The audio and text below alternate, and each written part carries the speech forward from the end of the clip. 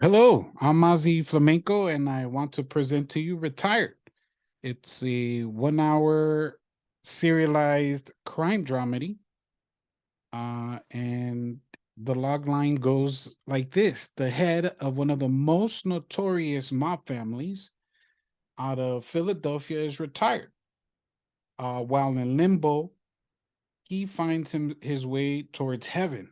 Basically, he's dead, where he meets his maker. He's granted a chance to return to Earth from the afterlife under one condition: he must help God take care of ongoing conflicts that are out of control. The story is about a young Italian crime boss out of Philadelphia who's taken the reins from his father. He's the third generation of the family to run the family business. His grandfather, Salvatore Gallo, built his criminal underworld back in the early 1900s. Nick the St. Gallo is a very progressive type gangster. He's loved by everyone in his neighborhood, and he's also feared by those who cross his criminal path. Uh, his nickname, the Saint, comes from him doing good deeds. He's considers himself a miracle worker.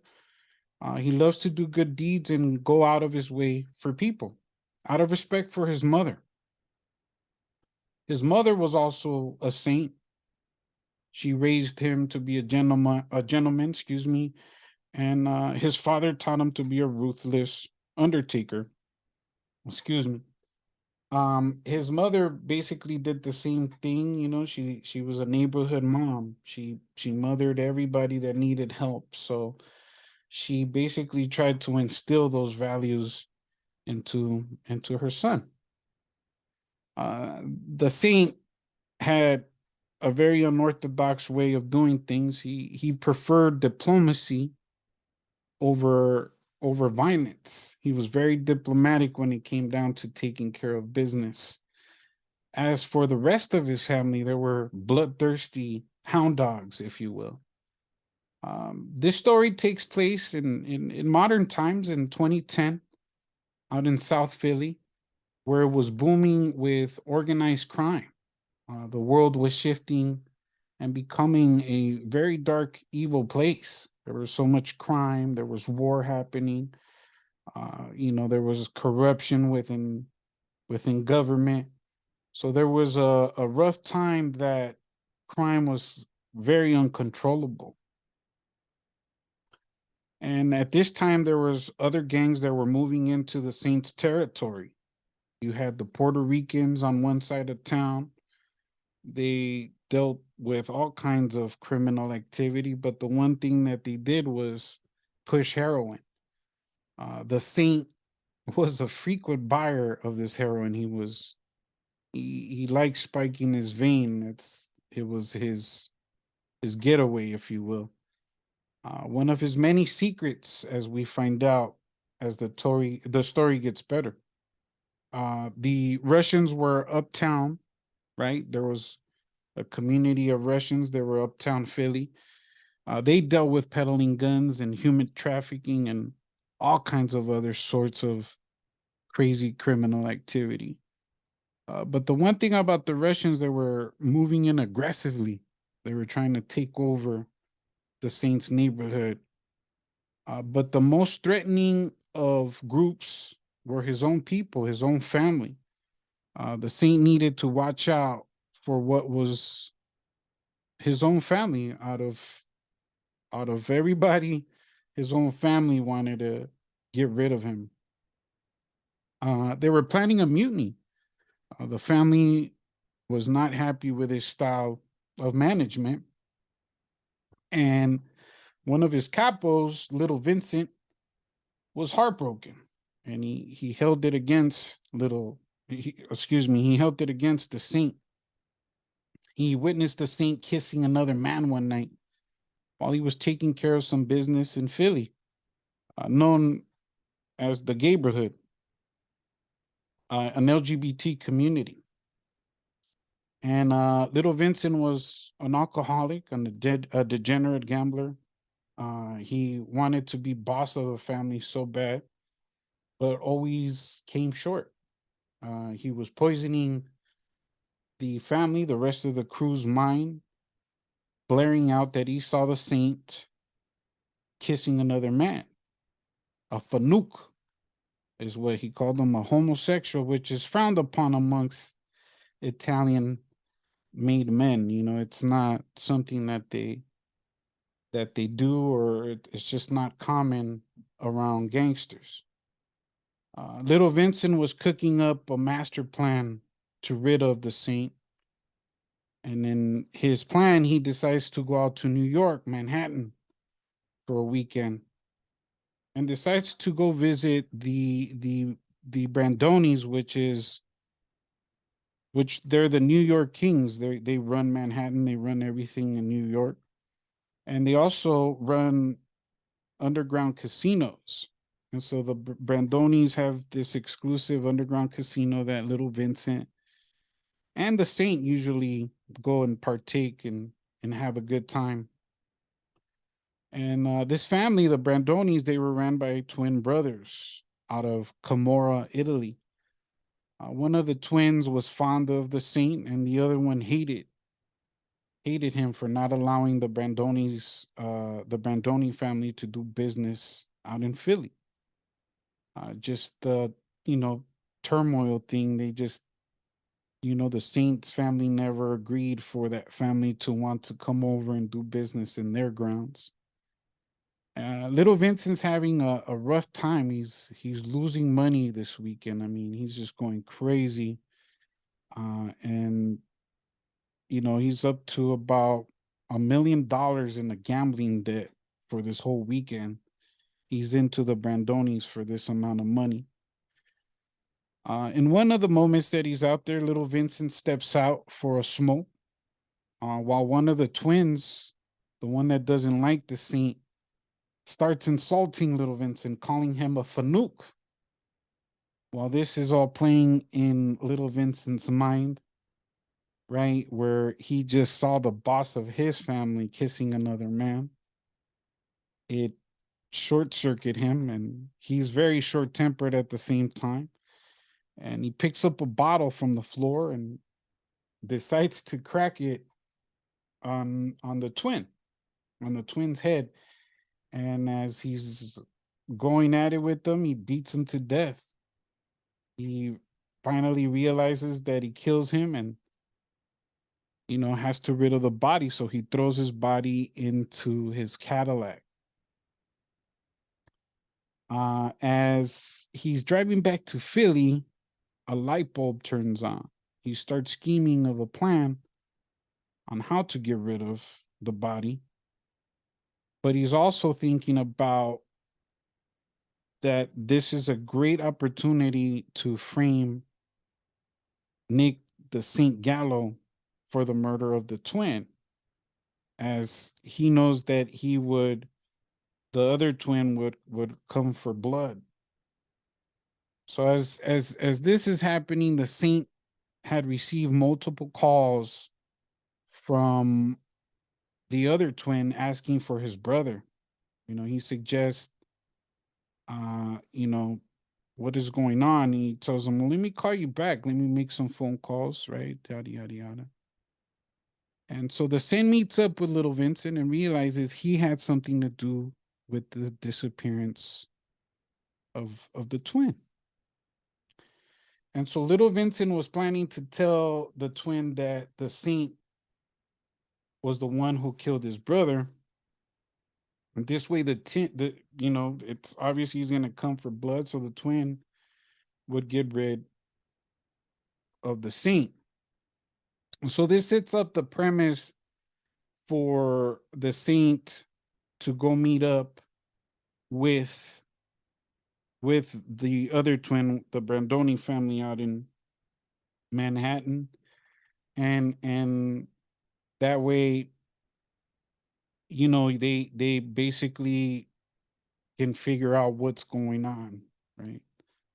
And for me, I think the way that I want to tell this story is because I love these crime filled uh stories that really put you in the seat of criminality, right?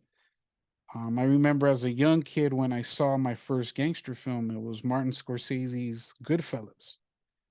And the film changed my life. Just like so many movies do that to us.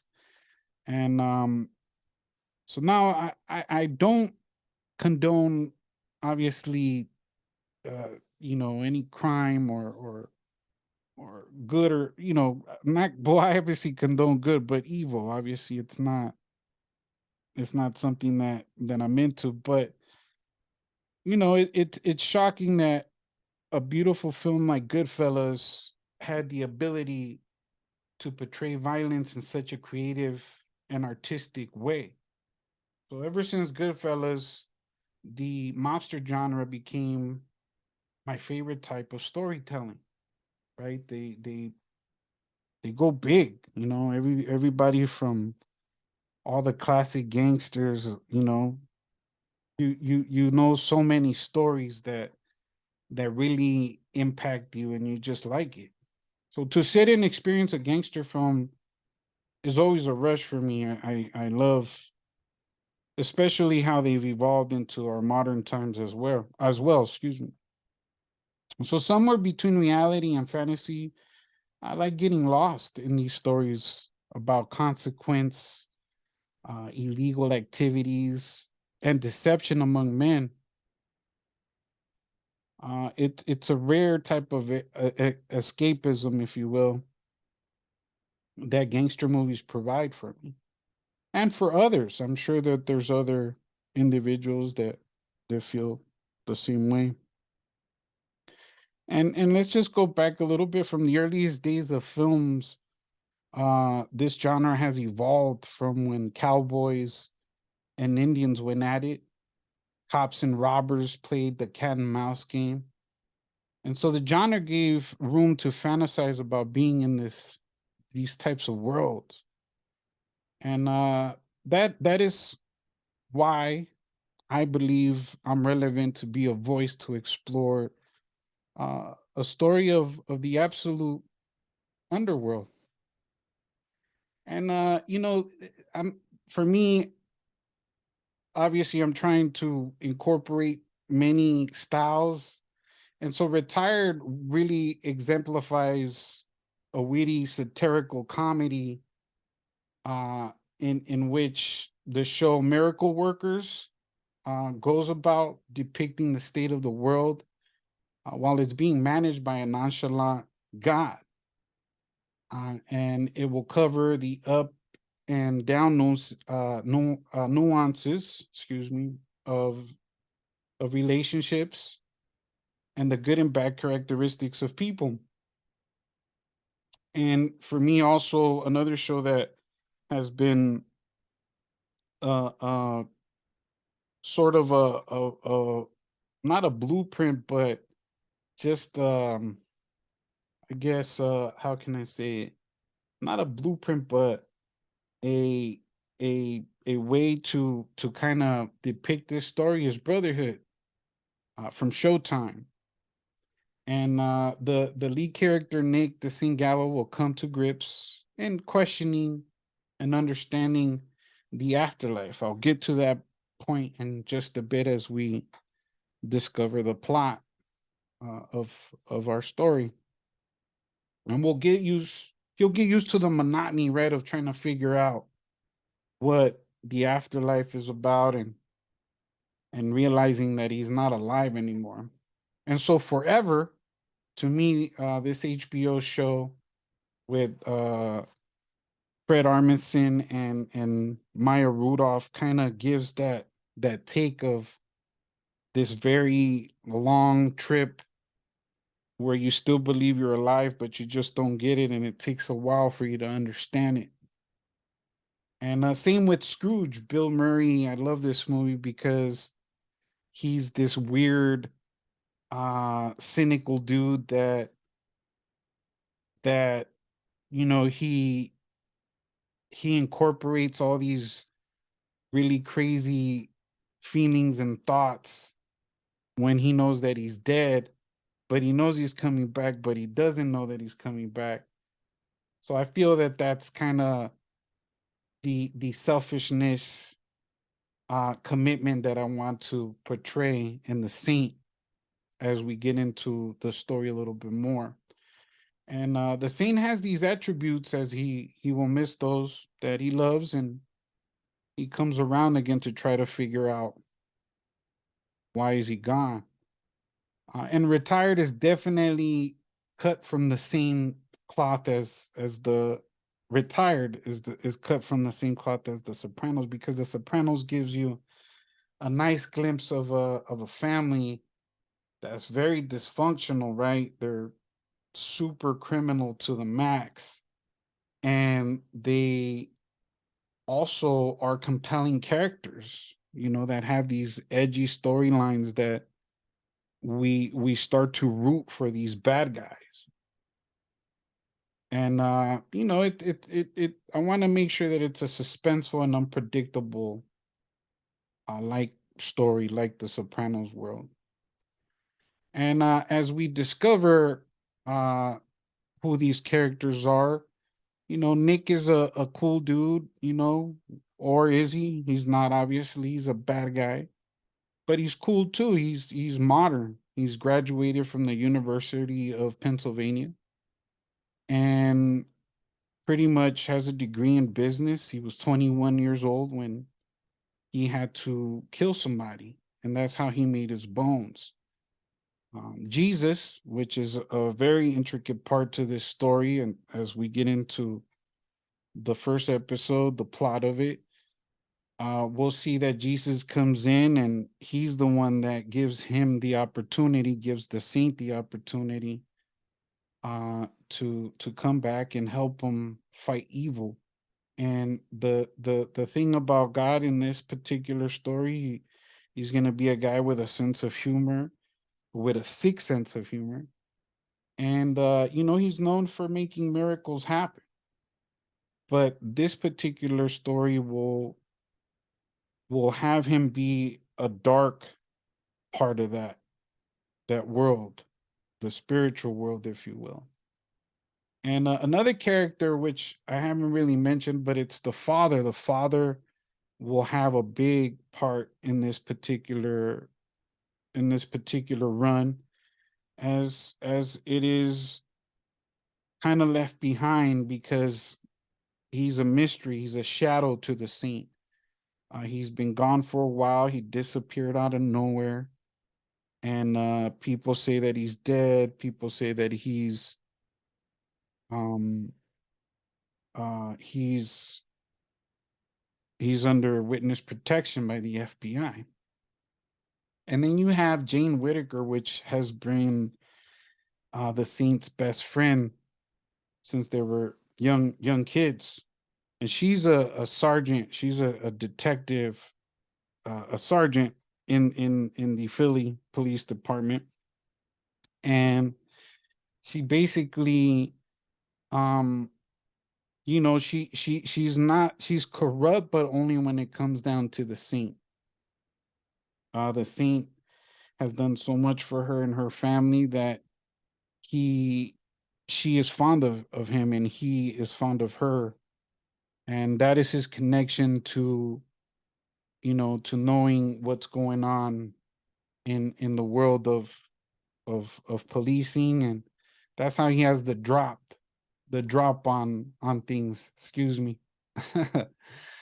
And as I was suggesting, the pilot, excuse me, the pilot is what I was saying. The beginning of episode 1 begins with Saint Nick on the road, as I was speaking to you earlier um about the trouble that happened in Manhattan. So now he's on his way to Manhattan to take care of what little Vincent has done. He's on I-95, which is the highway between Philadelphia and as you want to get into New Jersey and New York. which he hates with a passion. The highway is always riddled with construction and traffic, but it's a straight shot from Philly to Manhattan, so he had no other choice. It was a late, rainy Sunday night. It was bowling night, and this is the pilot. A tradition that the Gallo family took serious since the old man would do it for the community as well. Uh, it was bowling night, and again, it's a tradition for the Gallo family to go out and enjoy themselves while they're playing while they're bowling. Uh, Earlier that day, Nick had received a call from the Brandonis, right, the twins, and he had been summoned by the family out of Manhattan, out of Brooklyn, is where they were going to meet. And both families were at each other's throats over a beef that started over little Vincent doing his thing. You know, he went out there, he spent $1 million that he didn't have, and now he was into them for that amount of money. The rain has stopped. Nick was about 40 minutes away from Manhattan. There was a bar that Nick always frequented on his way to the Big Apple. It was on Hightstown, New Jersey. The place was known for its spaghetti and meatballs and other eccentric activities. Uh, Debauchery, all kinds of stuff would happen there. And he needed a break. And Nick needed to get his fix on also, before hitting the road again. And construction crews were working on the road.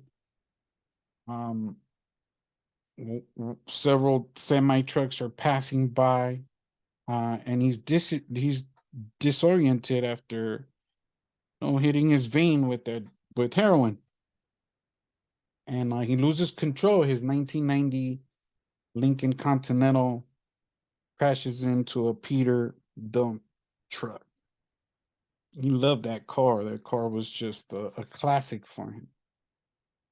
And he manages to get out of his car, and he's all beat up, broken nose, bleeding, and his right arm is broken. Excuse me, this one. And as he starts to walk to a safer location, a black Cadillac pulls up and gunfire ensues, hitting him in the head, in the chest, and the car speeds up and leaving St. Nick on I-95. Um, he never made it to this meeting. Um, Again, it as the pilot kind of continues, that gives you, I think, a nice gist of what the story is really becoming right now. And so the tone, it's a gritty story of a dark physical world, right? The afterlife, again taking place in 2010, and there's a full-fledged, not only is crime happening in their neighborhoods, but it's a full-fledged war between good and evil.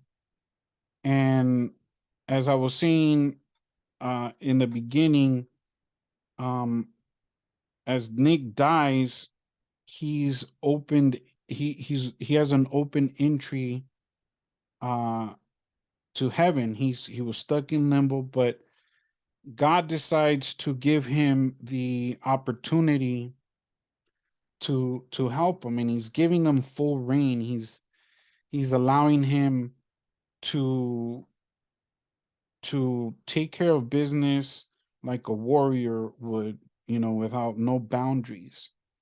And in this case, evil is a company ran by the D company, right? D for the devil. And he, as we go on into further episodes, he will make an appearance. But uh God runs the good company. And basically that is the rivalry between this show, is between good and evil. And you have the side where Nick the Saint is part of the good doer, excuse me. And as time goes by, we'll see that not only is he battling with his trying to figure out how he died, and and his family obviously betraying him. He needs to figure these things out. So again, Jesus Christ is the CEO of the J Corporation. Uh, keeping evil from prevailing is the job, and he enlists people that are transitioning from the afterlife to keep the D Corporation from succeeding. And so Nick the Saint Gallo is the first prospect to be interviewed, and the Saint is hired. He gets the job, becomes the enforcer for Jesus. And again, Jesus is he's a cool guy. He's he's a little open to bending the rules as the rules are broken. And his new boss, obviously, again, he's allowing them all the resources with no limits. So this world is dealing with the ugliness of human behavior. Regular people continue to harm each other and are becoming more addicted to evil, and it becomes a substance that they're trying to figure out. And the plan is to carry three narratives uh, that'll cross each other. A dead mob boss who decides to work for Jesus. He could have decided, well, I'm an evil guy, I want to go to hell. And he learns to become a good guy. He wants to use this opportunity to uh find out how he died. And also, since he died, he has now this concept of wanting to live, because he definitely doesn't um he doesn't get it yet, but he understands that he lost something that he took for granted, which was life. And the second approach is the focus on all the people that will be saved by the Saint. There's so much crime happening, everything from addictive personalities who tend to pry on the weak, or you know anything that people are struggling with, whether it be being extorted for money, or you know we will see that the show will blend all these,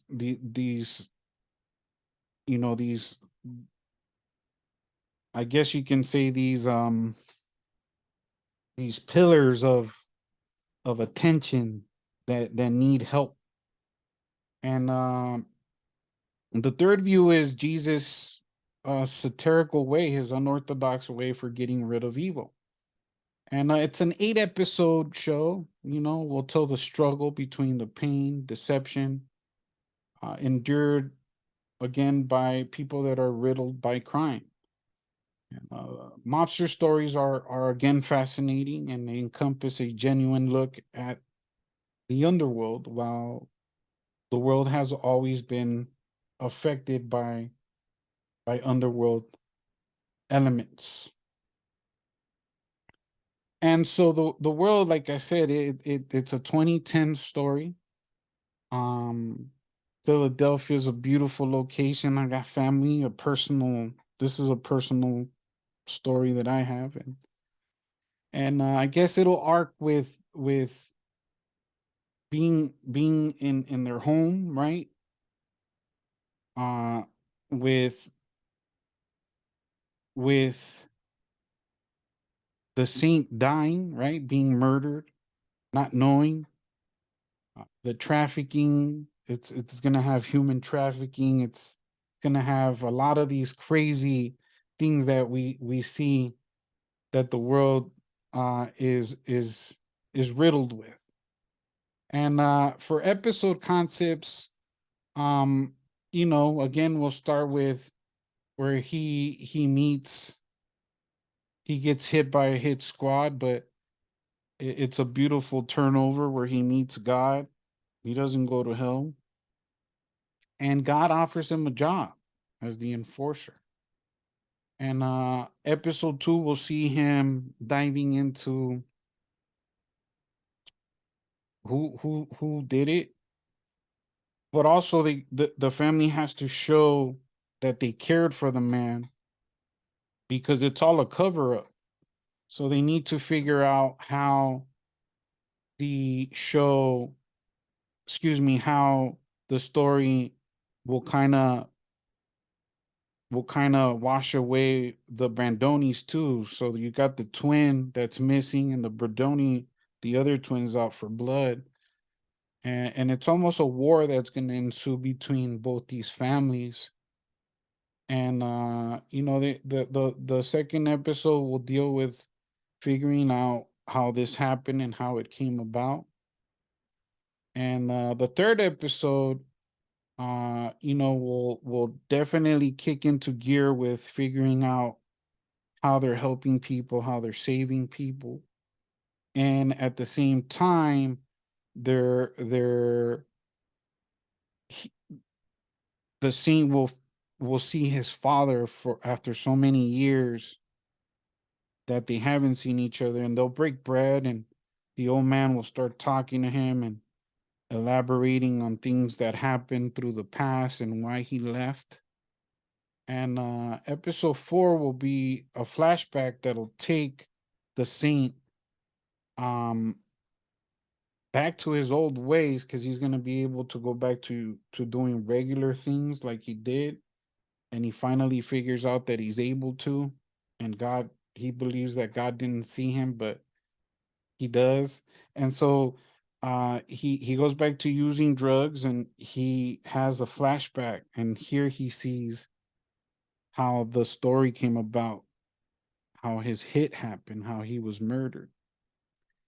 And episode 5 will see the best friends, him and Jane, the Saint and Jane, best friends from when they were youngsters, come about, and they will he will save her life. She's having this. She's between this shootout that she's in, and she's doing a little naughty stuff that she's not supposed to as well. And I guess we'll start arcing the show here in episode 6, where Jesus realizes that the saint uh started using drugs again. And the saint has a secret of the saint the secret of him being a homosexual is starting to also appear in this particular storyline. Episode 7 sees the saint get to the bottom of who killed him, and he seeks revenge, something that has been on the back of his mind. And as they continue to fight crime too, though, there's, remember, the three stories, the three narratives will cross from obviously him and Jesus fighting crime and helping get rid of evil from the D company. And yeah, episode 8, lovers and the recall. um the saint gets to see his lover for all this time that he's been gone now, and he's been working in the good side. He gets to see his lover, and he also gets bad news. He sees bad news because he finds his father dead. Someone killed his father. And Jesus is about to recall him. He figures that he wasn't supposed to kill nobody, and he wasn't supposed to do any drugs. And Yeah, I'm sorry about that. This thing I can never get it to do what I want it to do, but that is retired, and I hope that it's a story that caught your attention and that you appreciate. And yeah, thank you. Retired.